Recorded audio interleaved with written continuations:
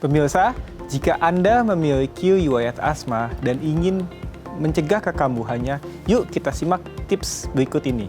1. Kita harus mengetahui penyebabnya, apakah itu infeksi ataupun alergi. Dan jangan lupa hindari yang bisa mencetuskan asma itu sendiri. Contohnya adalah debu, asap rokok, dan juga udara yang dingin. Kedua, yuk kita belajar untuk hidup sehat, berolahraga secara teratur, dan menghindari kebiasaan yang tidak sehat seperti merokok dan juga memakan makanan sesuatu yang dingin yang bisa mencetuskan asma kita untuk kambuh. Yang ketiga, jangan lupa untuk konsultasikan penyakit asmamu kepada dokter ya. Kenapa? Karena untuk melihat apakah asmamu sudah terkontrol atau tidak, penggunaan obatnya sudah benar atau belum, dan juga apakah masih perlu diperlukan pengobatan. Yang keempat, yuk kita kelola stres kita. Jangan sampai kamu stres kemudian asmamu kambuh. Karena ingat ya, salah satu penyebab asma adalah stres atau pikiran-pikiran yang dapat menyebabkan asma kita menjadi kambuh. Yang terakhir adalah dengan cara kita mencegah infeksi saluran pernapasan kita. Cara yang paling mudah adalah menggunakan masker. Menggunakan masker dan juga menghindari orang-orang yang mungkin sedang sakit di sekeliling kita. Dan kemudian adalah jangan lupa ya untuk membawa inhaler kemanapun kamu berada. Karena inhaler akan menolong kamu untuk mencegah asmamu kambuh dan juga menolong ketika kamu mengalami serangan asma. Pemirsa, kalau kita ngomongin seputar pernapasan di tubuh kita, ini kan vital banget ya. Ialah vital karena kita manusia bisa hidup karena kita masih bernapas. Kalau nggak bernapas namanya udah check out gitu ya. Nah, tapi kalau kita ngomongin tentang pernapasan kita, memang rentan ya. Karena ini jadi kayak saluran yang terhubung langsung dengan dunia luar gitu. Nah, ketika masuk nih, waduh, berbagai hal bisa terjadi. Salah satu yang menjadi gangguan pada pernapasan dan mungkin Anda sering temui atau mungkin Anda sendiri mengalaminya adalah yang namanya asma. Nah, ini kan kalau asma udah sampai yang mengik banget gitu ya. Orang sampai kepikir, aduh ini kayaknya sesaknya sangat luar biasa. Nah, asmanya aja ini udah bikin concern banyak orang gitu, bikin worry, bikin khawatir. Apalagi kalau semisal asma ini tidak tertangani atau telat penanganannya gitu. Karena ini kan kita ngomonginnya long term gitu ya. Jangan sampai akhirnya menyebabkan komplikasi. Karena bisa jadi asma yang awalnya hanya berbatas pada asma ini bisa merembet ke yang lain-lain. Karena kita tahu ya organ tubuh kita ini kan perlu oksigen dan lain sebagainya. Ketika mungkin ada asupan intake oksigen yang kurang, gara-gara mungkin karena asma, ada sesak dan lain sebagainya, ini bisa berakibat fatal. Apakah demikian? Adakah komplikasi dari asma? Inilah topik yang akan kita bahas hari ini seputar asma dan juga bahaya komplikasi dari asma. Tapi sebelum bahas itu, kita akan bahas terlebih dahulu beberapa mitos atau fakta seputar pernapasan. Nah, untuk membahasnya telah hadir bersama kami di studio Bincang Sehati ada Dr. Mario Reginal SPP, dokter spesialis paru dari Rumah Sakit San Carlos Sumarekon Serpong. Selamat pagi Dr. Mario, apa kabar dok? Pagi. Sehat ya dok ya? Sehat mas. Oke, terima kasih dok hari ini sudah hadir di sini ya dok ya. Ya, ini tuh hari ini kita akan membahas seputar asma. Ini tuh satu kondisi yang mungkin banyak orang mengalami dan kayaknya relate banget bagi mereka yang kemana-mana tuh bawa inhaler kan dok ya gitu ya. Betul, ya. Sehingga akhirnya kayak apakah ini jadi satu kondisi yang akan terjadi seumur hidup dan yang lebih jadi concernnya itu seperti topik kita hari ini. Asma ini bisa berujung pada komplikasi nggak sih? Nanti kita bahas lebih mendalam, kita bahas mitos faktanya dulu ya dok ya. Siap. Seputar pernapasan. Yang pertama, nah ini tuh identik banget. Jadi orang tuh kalau ngomongin gangguan di paru itu selalu muncul bahwa gejala klinis yang akan muncul adalah batuk. Ya. Karena mostly kasus yang ada di paru itu selalu munculkan kasus atau gejalanya batuk. Apakah betul bahwa semua gangguan di paru, apapun ya, mungkin kayak ada asma lah, terus kemudian mungkin PPOK dan lain sebagainya gitu ya, itu selalu manifestasinya ke batuk nggak sih dok atau gimana? Oke, nah jadi gini, tidak semua pasien dengan gangguan saluran napas itu akan mengakibatkan batuk. Tetapi memang sebagian besar, sekitar ya mungkin 80-90% itu mengalami gejala batuk. Nah, sebenarnya gini, batuk itu merupakan suatu refleks dari tubuh kita untuk mengeluarkan suatu benda asing. Entah itu materi alergen, infeksi, dan segala macamnya. Jadi memang mostly 80-90% orang akan mengalami batuk kalau ada gejala di saluran pernapasan. Tapi tidak semua penyakit paru itu akan mengakibatkan gejala batuk. Ada yang misalnya pasiennya dengan tuberkulosis atau TBC, itu mungkin gejalanya sesak napas. Atau misalnya kanker paru ya. Kanker paru bisa gejalanya sesak napas walaupun tidak disertai dengan gejala batuk. Jadi memang tidak semua penyakit paru itu pasti batuk, belum tentu. Tapi kebanyakan memang batuk seperti itu. Apa sih yang membedakan kenapa orang pasien ini dengan gangguan paru ini ada menimbulkan gejala batuk dan ada tidak? Maksudnya itu apakah berdasarkan penyebabnya atau kondisi penyakitnya atau mungkin ada faktor-faktor yang lain sehingga akhirnya manifestasinya ada yang ke batuk, ada yang enggak? Oh, oke. Jadi betul sekali tadi Mas, sesuai dengan perjalanan penyakit ataupun penyebab penyakitnya. Misalnya contoh satu kanker. Kanker itu mungkin nggak banyak orang batuk, tetapi kalau kankernya ini sudah membesar ya, udah 10 cm, 12 cm, itu mungkin gejalanya bukan batuk lagi, tapi sudah mulai mengalami sesak napas. Jadi batuknya itu mungkin secondary.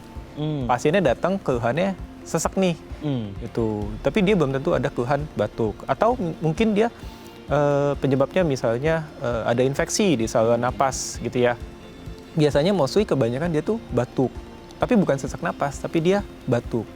Jadi memang tergantung penyebab penyakitnya ini apa. Itu kadang-kadang bisa berbeda. Setiap kondisi paru-paru atau penyakitnya berbeda akan menyebabkan gejala yang bisa berbeda. Gitu.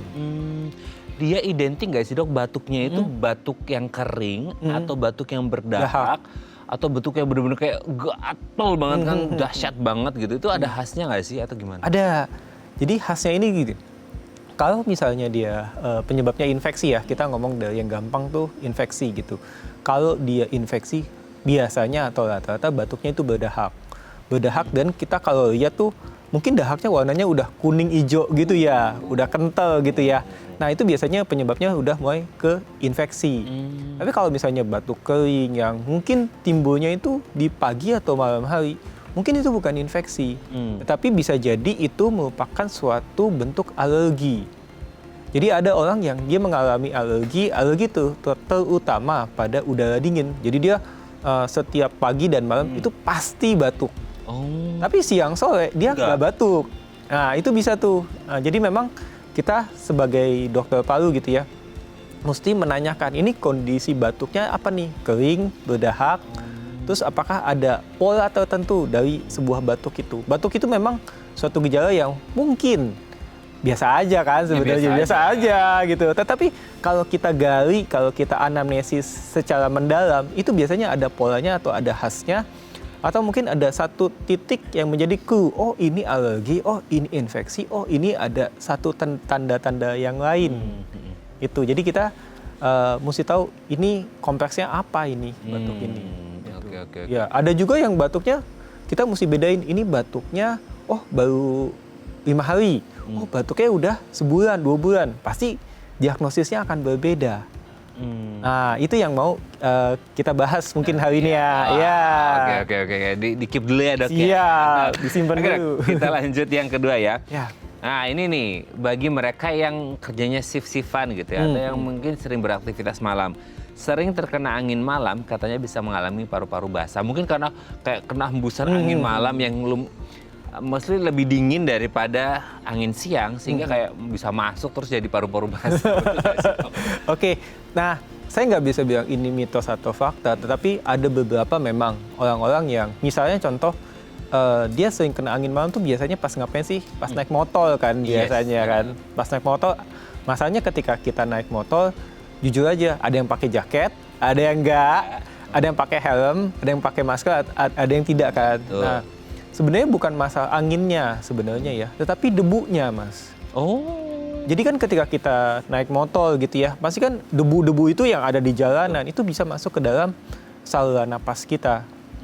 Walaupun orang itu udah pakai helm full face, tapi kalau dia tidak melindungi dengan masker, dia bisa aja kena debu-debu itu masuk ke dalam saluran napasnya. Nah itu menjadi berbahaya. Jadi bukan dalam tanda kutip bukan anginnya ya, tapi debu jalanannya. Gitu. Ada orang yang istilahnya saya bilang tuh lari tuh ya, malam-malam kan ada tuh ya. Yes. Itu juga bisa kena debu dari asap kendaraan bermotor. Jadi memang angin yang dalam tanda kutip malam hari kita aktivitas di luar itu sebaiknya memang dihindari. Jadi memang sebetulnya yang bahaya tuh debunya ini. Berarti nggak berbatas pada malam hari dong, Dok? Maksudnya kan Nggak. siang hari juga orang juga rentan kena debu. Iya, jadi nggak semua harus di malam hari, ini siang hari. Enggak juga. Jadi debunya Jadi itu. jangan salahkan angin malam ya, Dok? Iya. Gitu, Dok, ya. Oke, Dok, kita lanjut yang ketiga ya. Ya. Nah, ini dia. Banyak orang blame bahwa hanya pekerja luar ruangan, outdoor, yang rentan mengalami gangguan di pernapasannya. Sama seperti barusan kita bahas, kena debu dan lain sebagainya, angin gitu dan lain sebagainya. Nah, tapi ada juga bilang bahwa pekerja indoor juga bisa berisiko loh. Tapi kan kita pakai AC, lebih sehat dong, maksudnya lebih bersih. Betul nggak sih kalau pekerja indoor dalam ruangan juga berisiko ada gangguan pernapasan? Nah, resikonya tentu lebih tinggi pada pasien atau orang-orang yang bekerjanya di luar ruangan. Contohnya, dia bekerjanya di bagian proyek, itu ya, yang mungkin kena debu, asap, segala macam itu. Tapi ingat, orang yang di dalam ruangan, yang bekerjanya di dalam ruangan, itu pun memiliki risiko. Tetapi risikonya ini mungkin akan berbeda dengan orang yang di luar ruangan. Resiko-resiko orang yang bekerja di dalam ruangan, misalnya dia sering kena AC. Yes. Itu kalau AC-nya sering dibersihin mungkin nggak masalah. Tapi kalau AC-nya jarang dibersihin, entah 5 bulan atau 6 bulan sekali, itu kan jadi sumber penyakit. Gitu. Satu sumber penyakit, dan masalahnya itu ruang tertutup. Semua orang bisa terkena dari satu AC yang susah, yang jarang mungkin untuk dibersihkan. Satu itu. Kemudian yang tadi saya bilang, ada orang-orang yang mengalami bronkitis alergi, yang ketika kena udara dingin dia batuk-batuk. Nah, orang yang bekerja yang punya risiko alergi, baik itu batuk ataupun jadi asma, ketika di dalam ruangan dia bisa jadi batuk ataupun sesak napas karena AC-nya terlalu dingin. Nah, jadi memang tidak semua orang-orang yang saya bekerja di dalam ruangan nih pasti aman nih, nggak ada penyakit pernapasan gitu, belum tentu gitu. Kemudian yang paling sering lagi itu adalah orang-orang yang misalnya dalam satu ruangan ada orang yang sakit batuk, dia nularin. Nyebar tuh, Dok. Iya, karena di dalam ruangan yang tertutup. Sudah tertutup, ventilasi kan pasti tidak ada ya. Kalau di dalam gedung-gedung perkantoran kan, atau matahari mungkin juga sedikit gitu ya. Nah, ketika dia batuk, dia bisa menularkan kepada orang yang sekitarnya, teman-teman kantornya. Iya, kalau dia cuma infeksi pernapasan biasa. Kalau dia TBC, akan menjadi sesuatu yang gampang sekali untuk ditularkan. Jadi memang kalau ditanya, Dok, kalau gitu mesti pakai masker dong? Iya, sebaiknya pakai masker kalau temenmu ada yang sakit nih, gitu. Kalau aman-aman aja sebenarnya nggak usah juga nggak apa-apa. Jadi nggak berpikir, kalau di luar ruangan wajib pakai masker, di dalam nggak usah juga nggak apa-apa. Iya. Lihat sikon ya, Dok. Iya, betul. Kalau TBC terus kemudian batuk itu kan memang kondisi medis seseorang. Maksudnya kayak kita ada risiko. Tapi kalau kayak tadi Dok menarik tuh yang entah pagi bersin-bersin, dingin, kena AC, bronkitis, alergi, itu kayak akan stay di situ atau sebenarnya orang ini bisa dikasih solusi dalam artian kayak nggak usah pakai AC sekalian gitu ya? Atau gimana, Dok? Nanti kalau nggak pakai AC diomelin sama teman kantornya yang lain. Iya, pakai AC tetap. Tetapi ada satu yang bisa dicegah, yaitu bagaimana alerginya ini tidak sampai timbul pada saat dia masuk ke dalam ruangan ber-AC. Salah satu caranya adalah dia menggunakan obat inhaler atau obat semprot seperti orang asma. Itu begitu alerginya kita tekan dengan obat tersebut, harapannya ketika dia masuk ke ruangan ber-AC dia tidak timbul alerginya. Oke. Ya, jangan sampai dia ke kantor pasti batuk gitu ya, keluar kantor enakan gitu. Itu kan kasihan ya. Kasihan ya. Iya, tidak bisa menikmati AC semua hidupnya. Karena harus keluar kena matahari dulu. Iya. Ya, oke ya. Semoga bisa menjawab ya. Keempat, Dok, kita ngomongin seputar penderita asma katanya nggak berolahraga. Jangan kan olahraga, Dok, mau napas biasa aja udah susah ngap gitu ya. Betul nggak sih kalau orang dengan asma itu say no to olahraga? Padahal olahraga baik, Dok, atau gimana? Oke, kalau yang ini saya bisa pastikan ini hanya sebuah mitos. Oke. Jadi semua pasien asma itu boleh berolahraga. Tetapi ada kata tetapinya ya. Syarat dan ketentuan berlaku ya, Dok. Tetapi dia olahraganya tidak boleh yang high intensity. Jadi tidak boleh yang intensitasnya berat. Oke. Contoh, lari maraton keliling dunia, itu nggak boleh dia. Itu bukan intensitas tinggi lagi dong, Iya, super tinggi. Oke. Iya, jadi yang intensitasnya ringan atau sedang. Misalnya contoh, dia diperbolehkan untuk jalan kaki, jogging atau lari santai itu masih boleh. Kalau asmanya ini jalan kambuh atau terkontrol dengan baik gitu ya, dia boleh lari yang cukup jauh tuh masih boleh. Atau disarankan juga untuk beberapa pasien asma itu berenang. Kan berenang harus nahan napas, Dok. Tapi dia bisa selama dia asmanya ini baik, makanya saya bilang. Tetapi gini, asma itu pada beberapa pasien yang saya edukasi ya, justru asmanya membaik setelah berenang. Oh, wow. Ya, karena ketika dia berenang, dia sebenarnya kan membuka dan melatih otot napasnya. Contohnya seperti ini, kita kan melatih, berenang kan seperti ini ya, dia akan melatih otot dadanya untuk dia berkembang dan melatih otot napasnya. Jadi asmanya lebih aman gitu. Itu tapi kita mesti lakukan yang gayanya mungkin gaya katak ya, atau ya kalau ke gaya batu nggak ngefek soalnya. Itu bukan berenang. Check out deh. Gitu. Oh, Jadi gitu. memang ada beberapa olahraga yang dalam tanda kutip biasanya saya sarankan untuk tetap aktivitas olahraga, kecuali asmanya ini asma berat. Yang kalau mungkin mandi aja tuh sesek. Mandi aja sesek atau mungkin jalan aja sesak napas. Nah, ini yang tidak direkomendasikan untuk berolahraga. Jadi tergantung syarat dan kondisi tertentu. Iya, betul. Ngeri juga kalau ada asma mandi aja sesek. Nanti kita bahas lebih mendalam. Ya, Kok betul. bisa asma mandi aja sesek gitu ya. Nanti kita bahas. Oke, Dok, yang terakhir mitos fakta. Siap. Hanya perokok yang katanya berisiko sakit paru karena mungkin dari asap rokoknya masuk ke paru. Jadi orang yang nggak merokok aman atau gimana? Enggak juga. Jadi ini mitos lah sebenarnya. Merokok itu kan ada dua ya bagi kami ya, Dokter Paul. Ada yang aktif, ada yang pasif. Pasif, oke. Pasif tuh misalnya Mas ngerokok, saya yang sakit.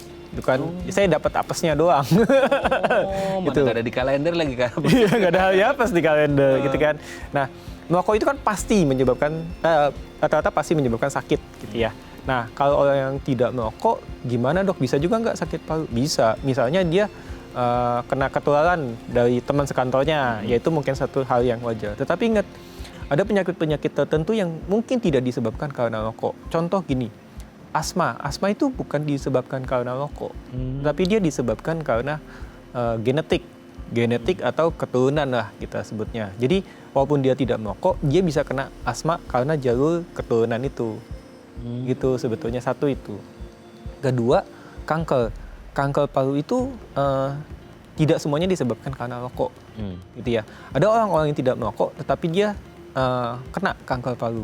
Kok bisa dok? Kan aneh kan? Saya nggak ngerokok, saya hidupnya sehat-sehat, normal-normal aja. Kok saya bisa didiagnosis kanker? Ternyata di dalam garis keturunannya dia punya riwayat kanker di dalam keluarganya. Gitu. Jadi memang tidak semua penyakit paru diakibatkan karena merokok nih, nggak juga. Tetapi rokok kemungkinan besar akan menyebabkan sakit paru.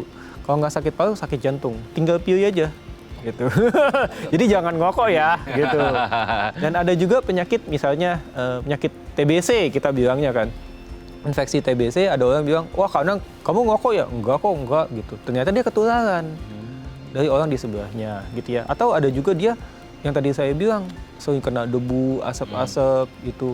Terus dia jadi namanya bronkitis, walaupun dia tidak merokok sebenarnya. Jadi yang perlu kita perhatikan selain rokok itu asap dan polusi udara sebenarnya. Ya. Apalagi belakangan ini cuaca panas, debu dan lain sebagainya. Dok, harus waspada ya. Oke, terima kasih dok sudah terjawab mitos faktanya. Nanti kita lanjut ngomongin asma ya dok ya. Siap. Selanjutnya. Oke pemirsa, kami akan kembali saat lagi kita bersama kami di Bincang Saat.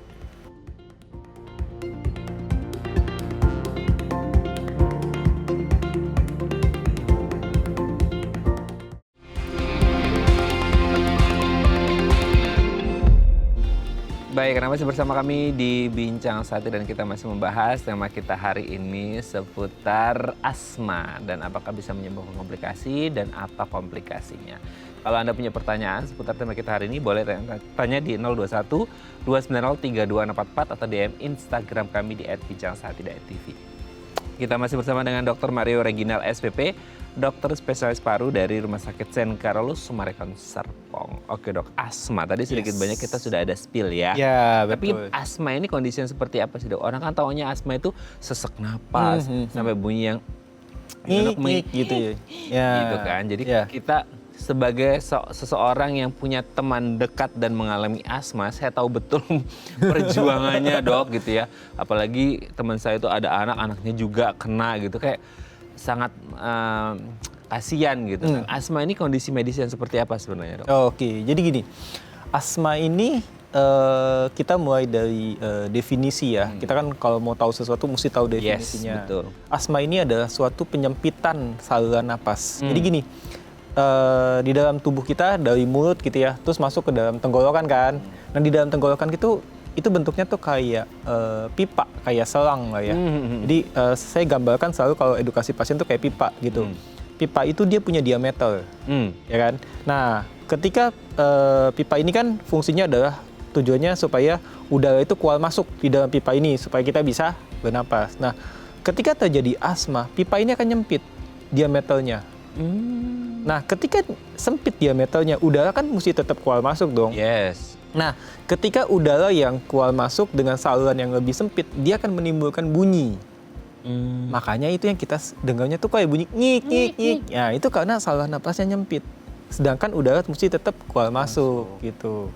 Nah, ketika saluran napas ini sempit, otomatis pasien merasa sesak napas. Nah, ini harus kita bantu. Bantunya dengan cara apa? Dikasih obat-obatan supaya pipanya ini balik lagi ke normal.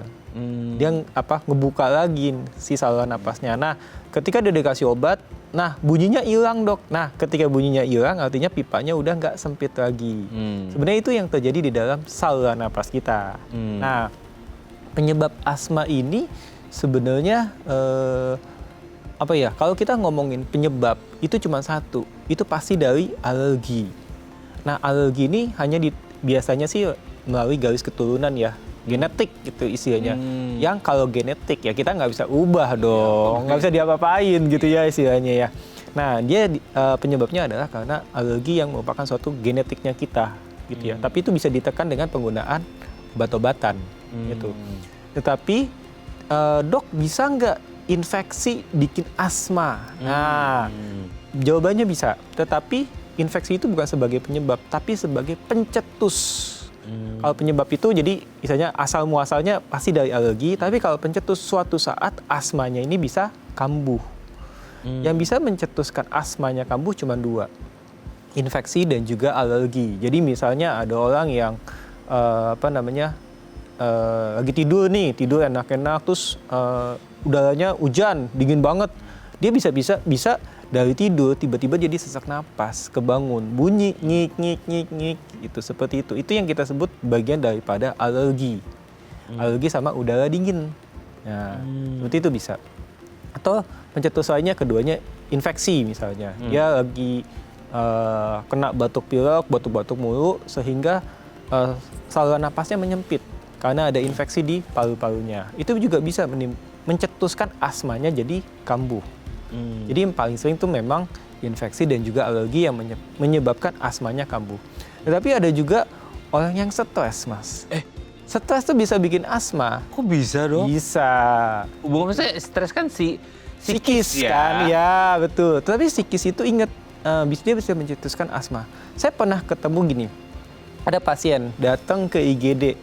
Waktu itu malam-malam 6:30, sesak napas, nggak bisa napas. Emang literally dia nggak bisa napas? Nggak bisa napas, dia udah kesadarannya udah turun gitu ya, udah nggak sadar. Terus napasnya udah nggak kedengeran bunyinya karena saluran napasnya sudah menyempit waktu itu. Akhirnya dikasih obat-obatan gitu ya, sembuh dia, bangun. Literally bangun, dikasih obat-obatan, bangun, sesak napasnya membaik gitu ya. Nggak berapa lama saya tanya sama pasiennya, dia diantar sama suaminya, jadi waktu itu pasiennya perempuan gitu ya. Tanya, kenapa Pak tiba-tiba begini gitu ya?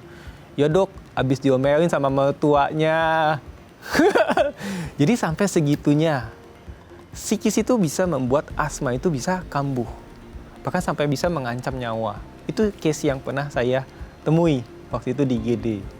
Gitu. Jadi orang asma itu jangan sampai stres, asmanya bisa kambuh. Ada juga yang penyebabnya GERD atau asam lambung. Nah itu juga tuh. Ya, asam Bahaya. lambungnya naik, dia batuk-batuk mulu sehingga bisa menyebabkan asmanya kambuh. Jadi orang asma ini sebenarnya banyak pencetusnya supaya dia bisa kambuh. Walaupun penyebabnya cuma satu, alergi. Tapi yang mencetuskan dia kambuh itu beberapa hal seperti yang tadi saya sebutkan. Oh, wow. Gitu. Selama ini kita tuh cuma mikir ya udah genetik atau alergi gitu. Ya, betul. Ternyata ya itu murni base. Ya, gitu penyebabnya. ya. Tapi yang akhirnya dalam perjalanannya gitu ya sehingga ini mudah kekambuhan itu adalah pencetus-pencetus tadi gitu ya. Entah stres lah dan lain sebagainya gitu. Betul. Ya. Oh, tapi gini Dok, yang mana itu tadi kayak diameter si pipa selangnya itu normalnya berapa dan dia fleksibel nggak sih? Maksudnya kayak bisa ngecil besar atau enggak? Oh iya, dia bisa ngecil besar. Jadi ketika terjadi reaksi inflamasi, pipanya ini bisa mengecil. Tapi dia tidak mungkin dari yang normal jadi membesar itu tidak mungkin. Karena di dalam pipa saluran napas kita tuh ada tulang. Ada tulang lawannya yang menjaga jangan sampai dia membesar lebih dari kapasitas normal. Jadi dia tidak mungkin membesar, tetapi dia mengecil tuh bisa. Gitu ya. Nah, ketika dia mengecil, ini menyebabkan saluran napasnya menyempit. Kemudian kita buka dengan cara dikasih obat-obatan supaya normal kembali. Jadi itu yang menyebabkan orang tuh sesak napas sebenarnya. Karena dia mengecil dan akhirnya napasnya jadi mengik ya. Karena salurannya ibaratnya semakin kecil. Sementara kebutuhan keluar masuk tetap harus jaga, betul. Jadi dia bisa mengecil, tetapi dia tidak bisa melebihi kapasitas yang normal. Kecuali satu hal, tulang lawannya tuh rusak. Tulang lawannya rusak, dia bisa membesar. Tapi itu biasanya kondisi yang jarang atau sangat langka sekali. Ya, napasnya oke, tulangnya nggak oke. Iya. Menimbulkan masalah yang lain. Betul. Oke Dok, nanti kita lanjut lagi ya di segmen selanjutnya ya. Oke pemirsa, kami akan kembali saat lagi kita bersama kami di Bincang Saat.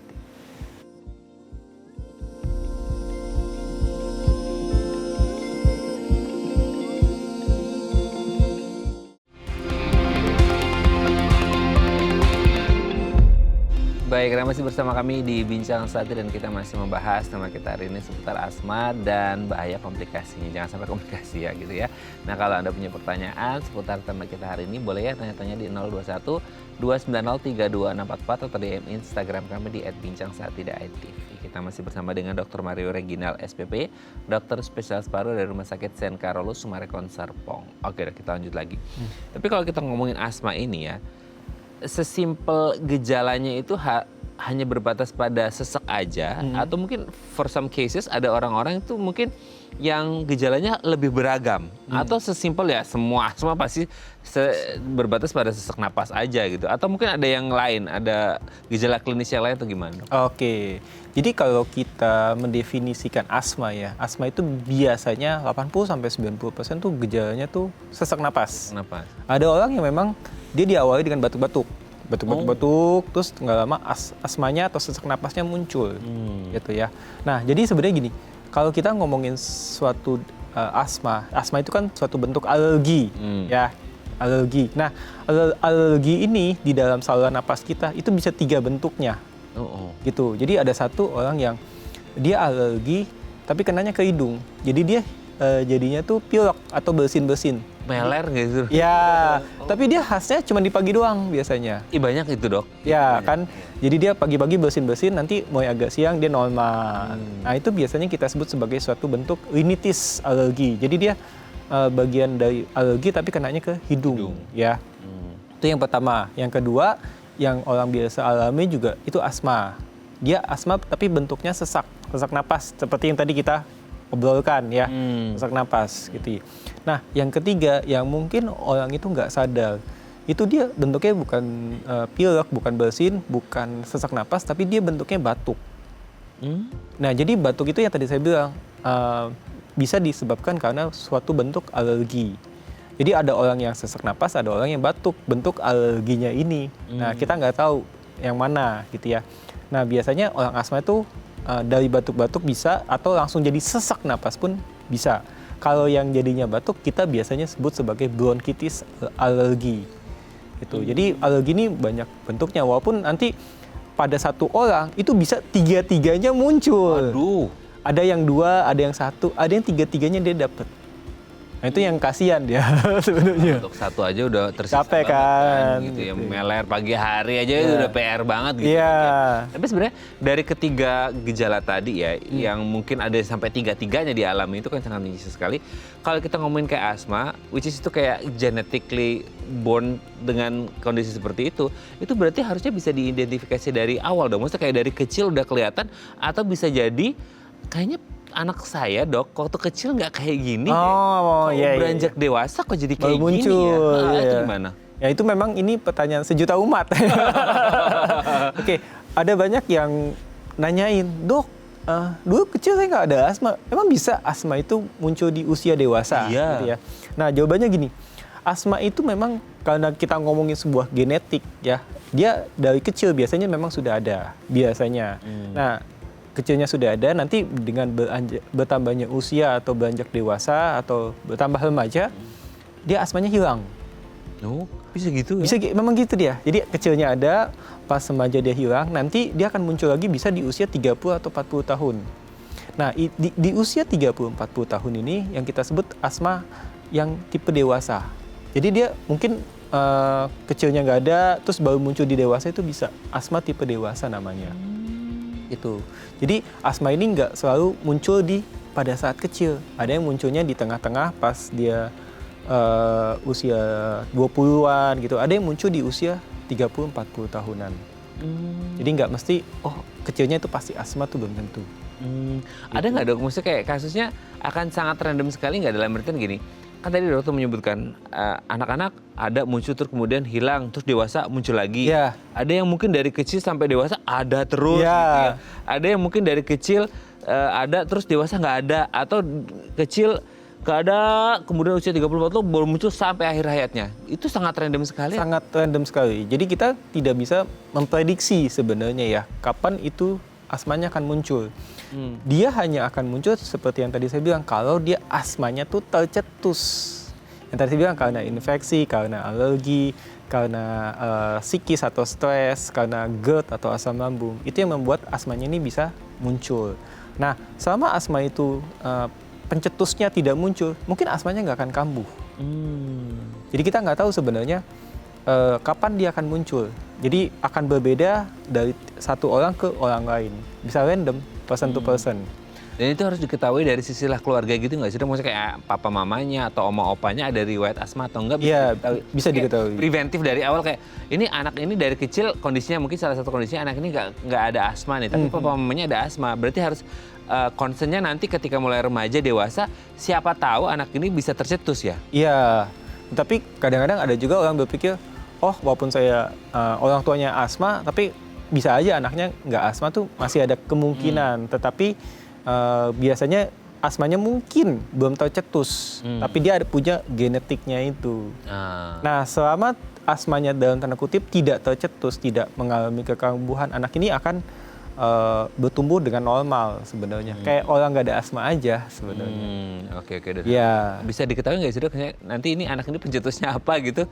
Bisa kalau dia dilakukan tes alergi. Di tes alergi, ini alerginya ini. Itu bisa menyebabkan asma. Tapi itu tadi saya bilang, alergi ini kan memang mencetuskan sebagian besar asma. Tetapi ada kondisi lain seperti infeksi dan yang lain-lainnya yang bisa mencetuskan asma. Tapi preventifnya memang sebaiknya dites alergi untuk mengetahui. Dari darah kita juga bisa mengetahui, ini anak punya kecenderungan untuk asma. Itu bisa dari darah kita. Gitu. Oke. Tapi asma itu sendiri selain karena kondisi genetik, dia ada tingkatan-tingkatan nggak sih? Mulai kayak tadi kan sampai dokter bilang ya di sesi mitos dan fakta, kayak orang mandi aja bisa sesak napas. Maksudnya kayak itu benar-benar yang tingkatan udah lanjut banget atau gimana? Itu ada tingkatan-tingkatan gradingnya nggak sih? Ada. Asma itu kita bagi menjadi ringan, sedang, berat. Tetapi tingkatan itu kita bagi jadi dua dulu sebenarnya. Ada yang asmanya stabil, tetapi dia memang stabilnya stabil berat. Ya, stabilnya stabil berat, tapi berat gitu. Okay. Ada yang stabilnya ringan gitu ya. Jadi asma itu ada yang persisten, ringan, sedang, dan berat. Nah, kalau asmanya yang lagi kambuh, itu juga ada gradingnya. Jadi ketika kambuh ada yang ringan, sedang, berat, dan sampai mengancam nyawa. Aduh. Gitu. Kalau yang tadi yang kita bilang asmanya stabil nih, tapi dia jalan masih oke, olahraga oke gitu ya. Terus kambuhnya mungkin sekali, 2 kali dalam sebulan gitu. Kita bilangnya ringan.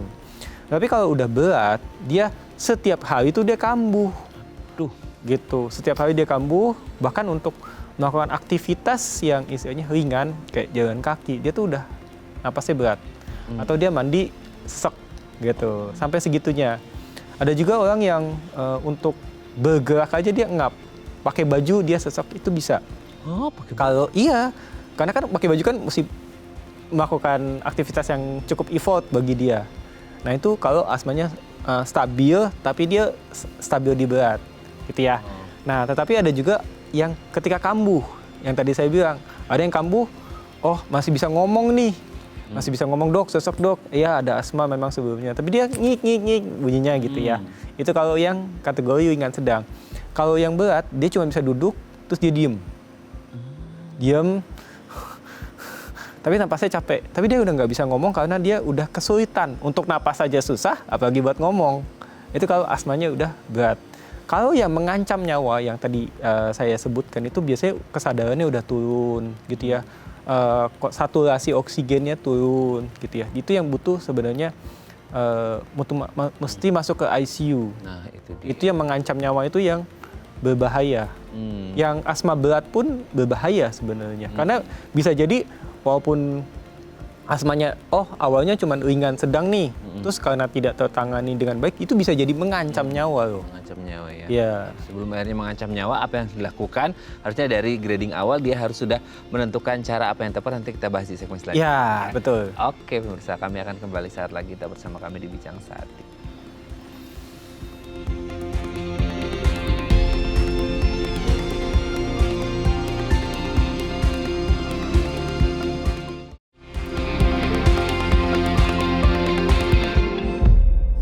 Baik, masih bersama kami di Bincang Sati dan kita masih membahas tema kita hari ini asma dan komplikasinya. Kalau Anda punya pertanyaan seputar tema kita hari ini, boleh tanya-tanya di 021-290-3244 atau DM Instagram kami di @bincang_sati_tv. Kita masih bersama dengan Dr. Mario Reginal SPP, dokter spesialis paru dari Rumah Sakit San Carlos Summarecon Serpong. Oke dok, sebelum kita ngomongin penanganannya ya, kayak tadi kan disebutkan sampai mengancam nyawa gitu, sampai benar-benar harus masuk ICU. Nah, sebenarnya kalau kita ngomongin orang bernapas, kan dulu waktu kita SD ya, kita bernapas itu memasukkan oksigen. Iya. Ibarat kayak jantung dan lain sebagainya itu kan butuh oksigen gitu ya. Once kita mengalami asma, dan tadi kan kayak disebutkan jalur napasnya jadi mengecil. Ya, otomatis betul. kan intake dari si oksigen dan lain sebagainya kan berkurang. Nah, sebelum kita ngomongin penanganannya, berarti kalau ada asupan yang berkurang, itu bisa jadi nggak sih ngefek ke organ-organ yang lain? Jadi kayak asupan oksigennya kurang ke jantung misal, terus organ-organ yang lain akhirnya, lah ini masalahnya bukan hanya di paru aja nih, bisa jadi nyerang ke organ-organ yang lain jadi komplikasi. Itu bisa nggak terjadi kayak gitu? Oh, itu bisa. Jadi kapan dok kita takut nih kalau kena ke organ-organ lainnya? Cara tahunya ada satu hal, saturasi oksigen kita. Gitu ya. Nah, saturasi oksigen itu akan menentukan kondisi oksigen kita tuh cukup atau enggak sebenarnya ke organ-organ lain. Contoh gini, ketika kita bernapas kan tadi oksigen masuk ya ke paru-paru kita, dari paru-paru nanti disebar tuh ke organ-organ yang lain. Nah, kalau oksigen yang masuk ke dalam paru-parunya berkurang atau sedikit, saturasi juga akan sudah mulai turun. Nah, ada satu titik di mana ketika saturasi itu turun, misalnya contoh di bawah 88%, gitu ya kan pakai oksigen tuh, oximeter yang zaman COVID itu ya. Nah, biasanya sudah terjadi penurunan perfusi. Perfusi itu penyaluran oksigen ke organ-organ lain mulai akan berkurang. Yang pertama kali dikorbankan itu adalah organ yang paling jauh. Contohnya gini, yang paling jauh itu adalah tangan kita, jari-jari tangan. Biasanya apa? Pegang aja tangannya mulai dingin dok. Itu salah satu tanda oksigennya nggak nyampe ke tangan. Jadi di oksigen itu, tubuh kita akan memusatkan oksigen itu untuk organ-organ vital yang tidak boleh sama sekali dikorbankan. Contoh, ya tubuh kita contoh otak. Otak itu tidak boleh kekurangan oksigen. Jantung tidak boleh kekurangan oksigen. Itu ada dua hal yang tubuh kita akan merespon. Jantung dan otak tidak boleh kekurangan oksigen. Nutrisi juga pasti pusatnya akan di sana. Jadi organ-organ tubuh lain yang dianggapnya tidak penting sama tubuh, contoh jari-jari tangan gitu ya, itu akan dikorbankan. Sehingga kok tangannya dingin ya dok, kakinya dingin ya dok, itu salah satu tanda oksigennya sudah mulai berkurang gitu ke dalam organ-organ tubuh kita gitu. Jadi itu tandanya organ tubuh kita kekurangan oksigen. Kalau misalnya seseorang sampai mengalami penurunan kesadaran, orangnya lemas, pingsan gitu, itu berarti asupan oksigennya ke otak itu sudah mulai berkurang. Itu yang menjadi bahaya. Makanya orang dengan penurunan kesadaran, ini kalau kita ngomongnya sesuatu akibat pernapasan ya, kan ada orang yang memang kesadarannya turun karena gulanya berkurang atau stroke, itu kan bisa ya kesadarannya turun. Tapi kalau gangguan pernapasan sampai penurunan kesadaran, orangnya udah nggak kuat untuk buka mata, itu pasiennya mesti pindah ke ICU, dibantu pakai selang napas, mesin istilahnya. Karena itu berarti kadar oksigennya sudah sangat rendah sekali, sehingga otak aja udah fungsinya udah berkurang. Gitu. Seperti itu yang menjadi tanda bahaya. Orang asma tuh seperti itu. Itu ada golden periodnya nggak sih? Dalam artinya kayak ini otak udah black out nih, gitu, kekurangan oksigen. Jadi kayak harus benar-benar masuk ICU, tapi prosesnya bisa berapa lama? Harusnya secepatnya. Secepatnya begitu ICU-nya ready, harusnya itu dipindahkan. Atau misalnya ICU-nya lagi penuh, kan biasa kan kayak gitu ya. Itu oksigennya mesti ditambah. Jadi kan kalau kita kenal selang oksigen ya, ada yang kecil ya, yang di hidung. Nah itu dia udah mesti pakai yang masker. Gitu, yang lebih tingkatannya lebih tinggi lagi supaya memenuhi kebutuhan oksigen yang ada di otak. Karena yang butuh yang paling penting itu di otak. Kenapa dok? Yang kok penting di otak? Karena otak sama jantung kita tuh pusat segalanya. Yes. Begitu shutdown itu nggak bisa di restart masalahnya. Iya. Gitu, itu yang paling penting. Dan sekali otak mengalami kerusakan, regenerasinya sulit. Gitu. Makanya otak sangat dijaga sekali sama tubuh kita, jangan sampai kekurangan nutrisi maupun oksigen. Oke, jadi jangan sampai asma ini menyebabkan komplikasi sampai di titik yang tadi harus prepare. Nah, penanganan supaya tidak berlanjut ke grading yang lebih parah, kita akan bahas di segmen terakhir ya dok ya. Ya, siap. Ya kerasin kayaknya ngobrol kita cepat banget dok ya hari ini ya. Nanti kita lanjut ya dok ya. Siap. Oke, pemirsa, kami akan kembali saat lagi, kita bersama kami di Bincang Saat.